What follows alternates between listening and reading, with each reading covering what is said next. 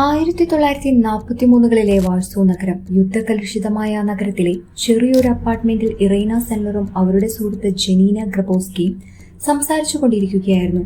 പെട്ടെന്ന് അവരെ ഞെട്ടിച്ചുകൊണ്ട് നാസി സീക്രട്ട് പോലീസ് ഗെസ്തപ്പോ അവരുടെ വാതിലിൽ മുട്ടി.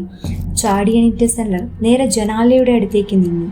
താഴെ കൂടുതൽ പോലീസുകാർ തമ്പടിച്ചിരിക്കുന്നത് അവർ കണ്ടു. താൻ അറസ്റ്റ് ചെയ്യപ്പെടാൻ ഇനി ഏതാനും നിമിഷങ്ങൾ മാത്രമേ ഉള്ളൂന്ന് മനസ്സിലാക്കിയ സെല്ലർ താൻ ഏറ്റവും അമൂല്യമെന്ന് കരുതിയ ഒരു നിധി സുഹൃത്ത് ജനീനയ്ക്ക് കൈമാറി. ഒരു ഗ്ലാസ് ജാറായിരുന്നു അത്. താൻ നാസി ക്യാമ്പുകളിൽ നിന്നും രക്ഷപ്പെടുത്തിയ 2500ഓളം വരുന്ന ജൂത കുട്ടികളുടെ പേരും ഡീറ്റെയിൽസുമായിരുന്നു ആ ജാറിൽ നിറയെ. തുടർന്ന് സെല്ലറെ ഗെസ്തപ്പോ അറസ്റ്റ് ചെയ്തു.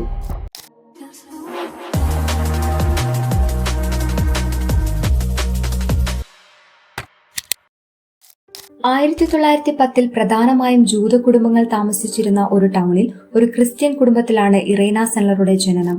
സെല്ലറുടെ പിതാവ് ഒരു ഡോക്ടറായിരുന്നു.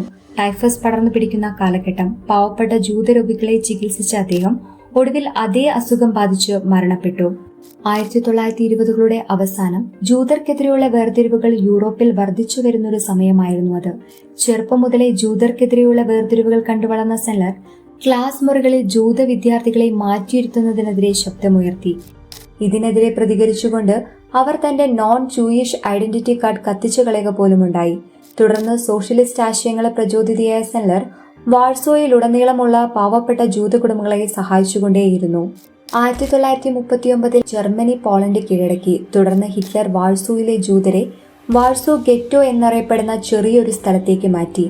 അവർക്ക് ചുറ്റും വലിയ മതിലുകൾ പണിതു. ഒപ്പം സദാ അവരെ നിരീക്ഷിച്ചുകൊണ്ട് നാസി പട്ടാളവും. ഇതിനിടയിൽ ജൂതർക്കിടയിൽ ടൈഫസ് പടർന്നു പിടിക്കുന്നുണ്ടോ എന്ന് ചെക്ക് ചെയ്യാനെന്ന വ്യാജേനെ സെല്ലറും കൂട്ടാളികളും ഈ ഗെറ്റോയിൽ കയറിപ്പറ്റി.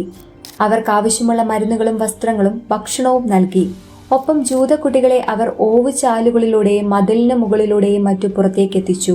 തുടർന്ന് ആ കുട്ടികളെ ലോണ്ടറി തുണികൾക്കുള്ളിൽ പൊതിഞ്ഞും ബ്രീഫ് കേസുകളിൽ സൂക്ഷിച്ചും നാസി പട്ടാളക്കാരുടെ കണ്ണിൽപ്പെടാതെ പുതിയ ഡോക്യുമെന്റുകൾ ഉണ്ടാക്കി പോളണ്ടിലുടനീളമുള്ള ഓർഫനേജുകളിലേക്കും കോൺവെന്റുകളിലേക്കും ഫോസ്റ്റർ ഹോമുകളിലേക്കും അയച്ചു. കുട്ടികളുടെ ജൂത ഐഡന്റിറ്റി കാത്തുസൂക്ഷിക്കുന്നതിനും അവരെ ഭാവിയിൽ തങ്ങളുടെ മാതാപിതാക്കളുടെ കയ്യിൽ തിരിച്ചു ഏൽപ്പിക്കുന്നതിനുമായി സെല്ലർ അവരുടെ ഡീറ്റെയിൽസ് ചെറിയൊരു പേപ്പറുകളിലാക്കി തന്റെ അപ്പാർട്ട്മെന്റിൽ ഒരു ഗ്ലാസ് ജാറിൽ സൂക്ഷിച്ചു. പിടിക്കപ്പെട്ട മരണം വരെ ലഭിക്കാമായിരുന്ന ഒരു കുറ്റമായിരുന്നു അന്നത്. 1942കളോടെ നാസികൾ ജൂതരെ ഗെറ്റോകളിൽ നിന്നും കോൺസെൻട്രേഷൻ ക്യാമ്പുകളിലേക്ക് മാറ്റാൻ തുടങ്ങി. തന്റെ പ്രവർത്തനങ്ങൾ കുറച്ചുകൂടി വിപുലീകരിക്കണമെന്ന ചിന്തയുമായി സെല്ലർ നാസി വിരുദ്ധ സംഘടനയായ സെക്കോത്തയിൽ ചേർന്നു. ജൂതരെ നാസികളിൽ നിന്നും രക്ഷിക്കുക എന്നതായിരുന്നു ആ സംഘടനയുടെ ലക്ഷ്യം. തുടർന്ന് സെല്ലർ സെക്കോത്തയിലെ കുട്ടികളുടെ വിഭാഗത്തിന്റെ നേതാവാകുന്നു. സെല്ലറുടെ പ്രവർത്തനങ്ങൾ മനസ്സിലാക്കിയ നാസി പട്ടാളം 1943 ഒക്ടോബർ 20 രാവിലെ 3 മണിക്ക് സെല്ലറെ അവരുടെ അപ്പാർട്ട്മെന്റിൽ വെച്ച് അറസ്റ്റ് ചെയ്യുന്നു. കൊടിയ ശാരീരിക പീഡനങ്ങൾക്ക് വിധേയായെങ്കിലും മോചിപ്പിക്കപ്പെട്ട കുട്ടികളുടെ വിവരങ്ങൾ നാസികളിൽ നിന്നും മറച്ചുവെക്കുന്നതിൽ സെല്ലർ വിജയിച്ചു.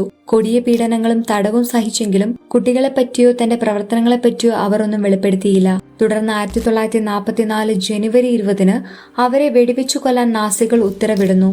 വധശിക്ഷയ്ക്ക് വിധിക്കപ്പെട്ടെങ്കിലും അവരെ കൊല്ലാൻ കൊണ്ടുപോകും വഴി സെക്കോട്ട ജർമ്മൻ ഉദ്യോഗസ്ഥരെ കൈക്കൂലി കൊടുത്ത് സ്വാധീനിച്ച് അവരെ മോചിപ്പിച്ചു. സെല്ലർ തന്റെ പ്രവർത്തനങ്ങൾ അവിടെയും നിർത്തിയില്ല. 1945 ജർമ്മനി 2ാം ലോകമഹായുദ്ധത്തിൽ തോൽക്കുന്നതുവരെ ഒളിവിലിരുന്നു കൊണ്ട് സെക്കോട്ടയുടെ പ്രവർത്തനങ്ങൾക്ക് ചുക്കാൻ പിടിച്ചു. ഭൂരിഭാഗം കുട്ടികളുടെയും മാതാപിതാക്കൾ കോൺസെൻട്രേഷൻ ക്യാമ്പുകളിൽ വെച്ച് മരണപ്പെടുകയോ കാണാതാവുകയോ ചെയ്തിരുന്നു. യുദ്ധാനന്തരം സെല്ലർ താൻ രക്ഷിച്ച കുട്ടികളെ വീണ്ടും കണ്ടുമുട്ടി. തന്റെ അവസാന കാലം വരെ സെല്ലർ ആ കുട്ടികളുമായി സംസാരം പുലർത്തി.